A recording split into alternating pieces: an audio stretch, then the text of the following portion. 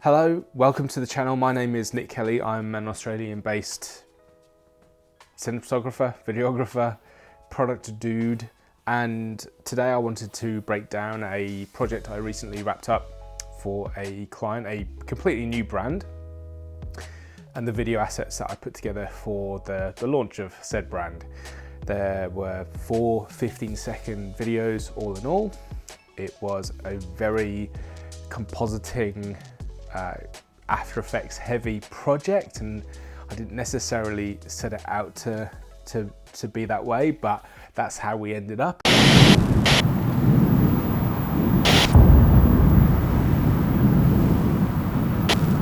So the project was to ultimately deliver 4 15-second videos for a new nutrition brand, basically a brand targeting shift workers and night workers with 3 unique products, and they wanted a video for each unique product plus an overall kind of overreaching brand, here we are, this is us kind of video.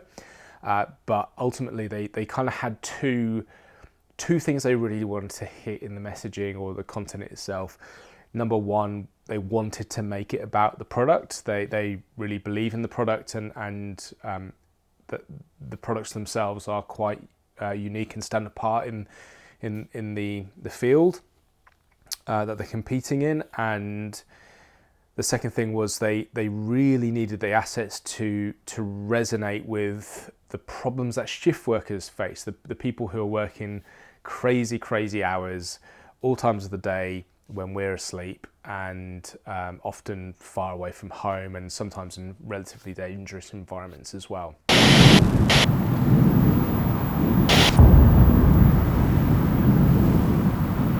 So the first thing that I had to consider was that opening shot, the hook. How can I grab attention within a couple of seconds? I knew that I wanted something to relate to shift work. I wanted some kind of framing device to show off how repetitive night work can be, and at the same time shift workers probably see more sunsets than sunrises than a lot of us do, or probably both sunsets and then sunrises and then go home to bed. And so I wanted a kind of a fast time lapse to really show off that recognition point that a lot of shift workers would get every day when they're heading off to work, the sun's setting and they're just starting their day. So the repetition in combo with that I thought was actually really good.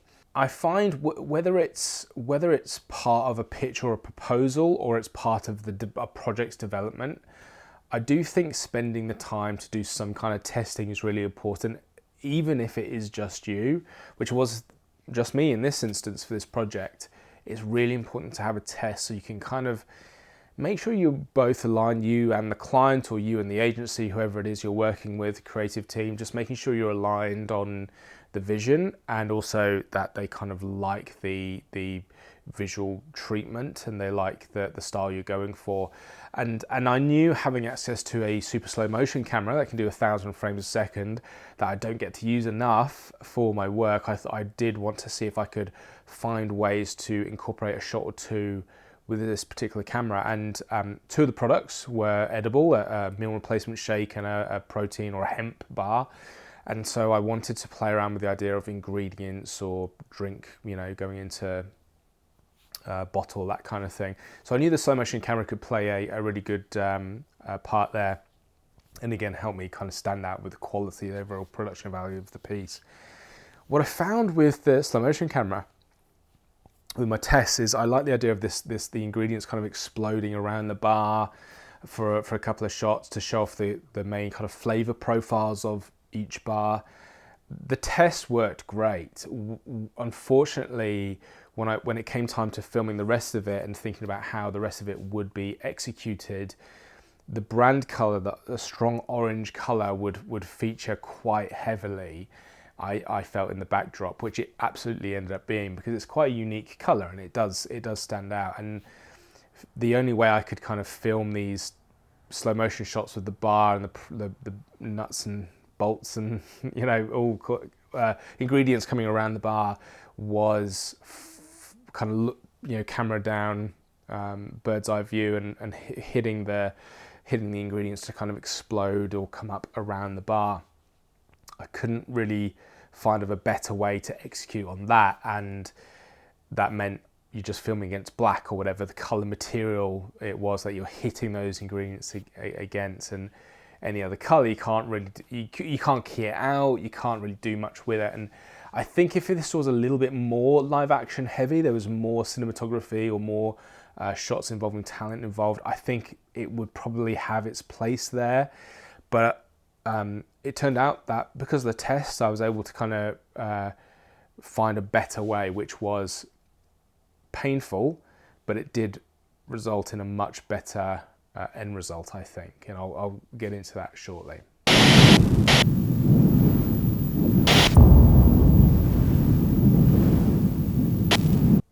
So after testing, that told me I should be capturing this project a very specific way. This all comes together in three elements. Number one, I'm recording each individual product on its own on green screen, and that's with a simple 360-degree rotation. And once I've got that loop, I know I've got that rotation, and I can go as fast, I can go as slow, I can do speed ramps, I can throw it into After Effects and start to composite, and that is the second element, which is the compositing. I felt after, again, a couple of little tests that a really energetic move across this kind of sweeping world or universe would be a really good way to maintain interest in the piece and ultimately land on the final shot. And then the third piece is obviously combining it in with that hook of connecting to the ideal demographic and that framing repetition device. So we start off there, we push in and kind of come into this world, and then we sweep around, and with the use of compositing and speed ramping, we've got some really effective spots, I think, or shorts. The filming itself, I did a mix of filming right here in this very messy garage.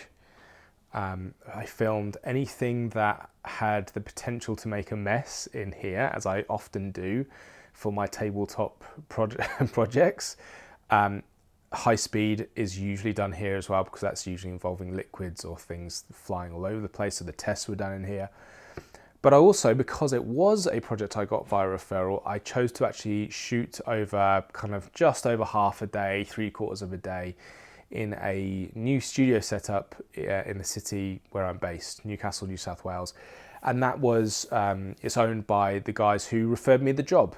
So a big shout out to New E Studios and a big thank you. So the shoot itself really was just a day's capture, which is, I think for the budget is fine.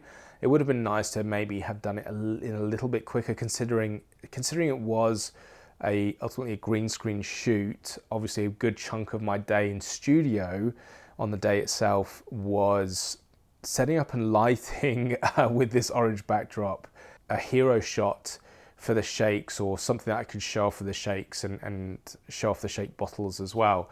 I didn't know exactly how I was going to end it, and initially, again, leaning back into the shift work, nighttime vibe, I kind of felt like maybe we'll have some of these products simply silhouetted and backlit, and then a switch is kind of turned on to, like, you know, wake you up from the night shift kind of thing. But again, that was just a bit of a test on the day, filming itself, and that wasted time, because ultimately I filmed it for 15 seconds. It was just too long. It was maybe an okay concept, but even then I probably would have got that into the edit and gone, shit, let's change this around.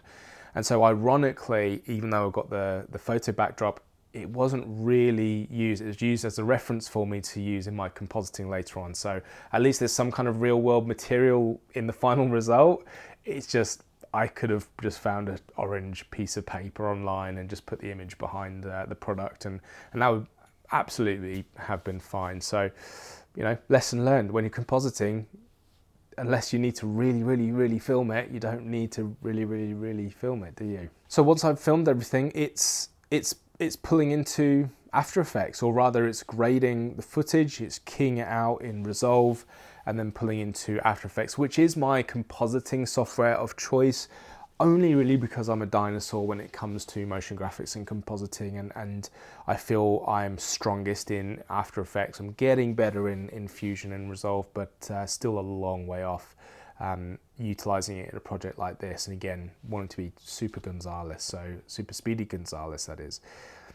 So I spent maybe, I'd say, a day getting a first edit done as a test, and again, the guys were happy. They were super happy with the direction it was taking. So it's really just all guns blazing from there. And overall, it took about 2.5 days of full editing to get the project done. So that's really, from shoot to handover done in effectively a week, which I was really happy with the budget and the time frame. I think it worked really, really well.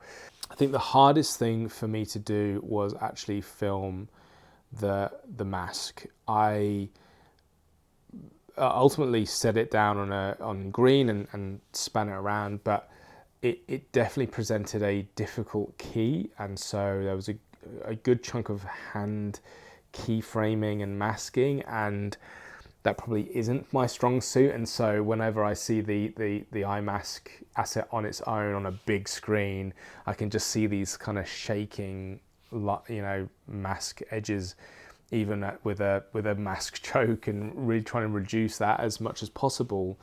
It's my least favorite asset, and the client was happy with it. They also understood that was a little bit more technically challenging, that one. On a phone, we get away with it. I think the movement is fine. So thinking about how I might do that again, now I've had time to reflect on it. It's a black product, so I'd probably actually be able to photograph it against a white backdrop and do a luma matte. In fact, I'm tempted to shoot a test of that to see if that would be a much better way to photograph a cleaner edge for the product. Who knows, it might work perfectly. And again, great little lessons to take away for next time. You can't always use things like a luma matte, but maybe it would have worked in this instance. So a sequence is then developed in After Effects. Client's happy with the structure, so it goes from opening statement to hopefully hook that demographic in, push it forward into to what the product is doing for the viewer. In this instance, or for most of it, it's about replacing the snack machine or getting rid of the snack machine. And then we're pushing into the product and kind of learning very briefly about the product itself. And really that's it, with some nice, I feel, contrasty, punchy color grading, with some smart, energetic sound design. You've ended up with 4 15-second videos that work really well together, are interchangeable, are consistent against each other, and the client was really happy. And so the end result is this. This is my favorite, the bars.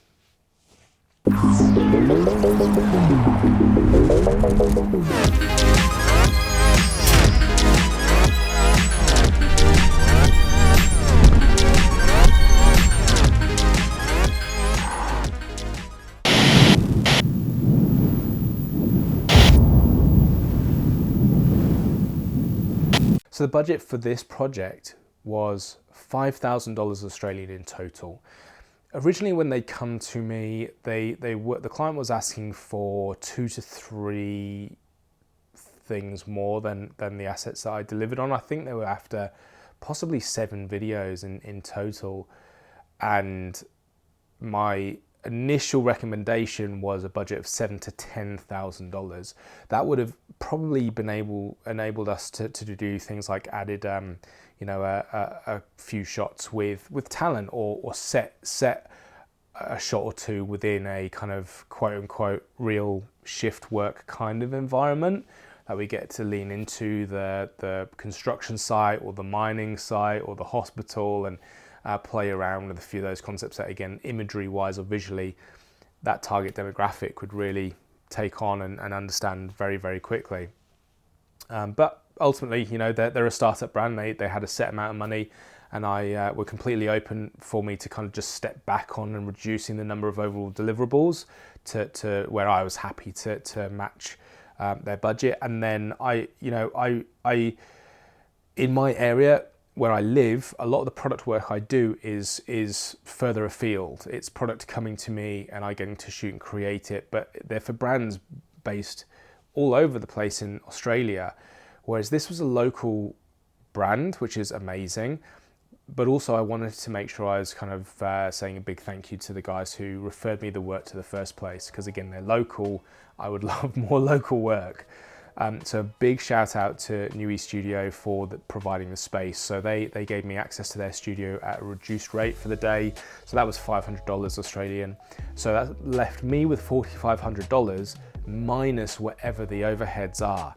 The orange backdrop, which, as you learned, I probably could have done without. I didn't actually end up needing.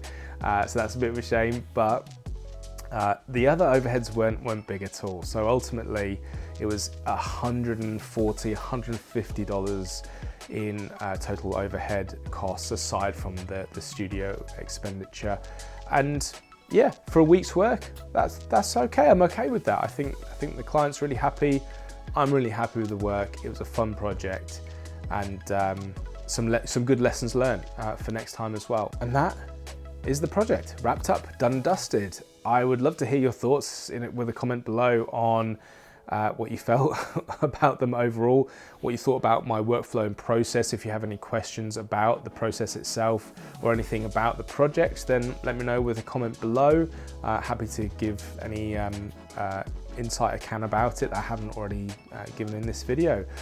If you want to hear more insight into workflow and practices from a cinematography or specifically a product cinematography standpoint, then please consider subscribing. I want to make more videos like this, breaking down the work that I'm doing, because it's really important for me to reflect back and think about how I can do things better next time, so we can keep stepping towards that holy grail of perfection, right? Because it's out there somewhere, I'm sure. All right, thanks for watching, guys, and I'll catch you in the next video. Bye.